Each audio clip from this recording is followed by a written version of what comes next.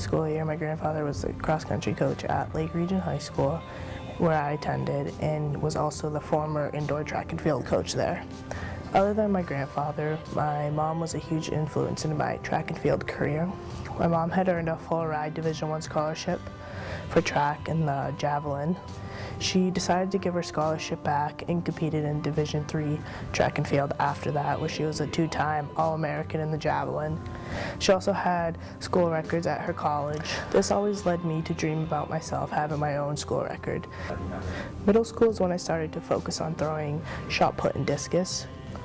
In high school, I was on the indoor and outdoor track and field teams. I went to states 8 times for all of my events, medaled 6 times at states, and I competed in New England's 3 times. Junior year of outdoor track at the state meet, I broke my first throwing school record in the shot put. That led me to qualify for New England's my first time. The excitement I had breaking my first school record was unlike anything I'd experienced before in track.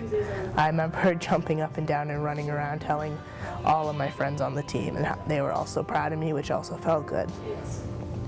Sophomore year, I threw 100 feet in discus, which meant I was only a few feet away from the school record in that event, which had always been my favorite.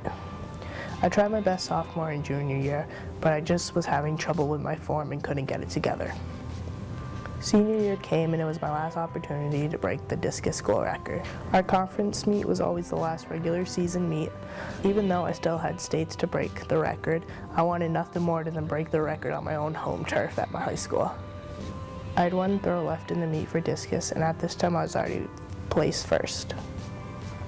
Before the throw, I looked over and saw my mom and all my friends and coaches there, watching me and supporting me, hoping I'd break the record also. I got into the circle, took a deep breath, and then began my throw. The second I released the discus, I knew it was the one. I ran out to retrieve my discus, and while I was almost at my discus, I heard the distance 103 feet 8 inches read. And I knew then that I just broke the discus school record. As soon as I heard it, I let out a scream of joy and I jumped up into the air. Even thinking about it now, it still makes me happy. Breaking the school record is a moment I'll never forget. It was 4 years of hard work that had finally paid off for me for the one thing I wanted. Although my time of competing in track and field would come to an end soon after college, I'll never lose the memories that I have from it. And I'll also never lose the love for track and field that I have.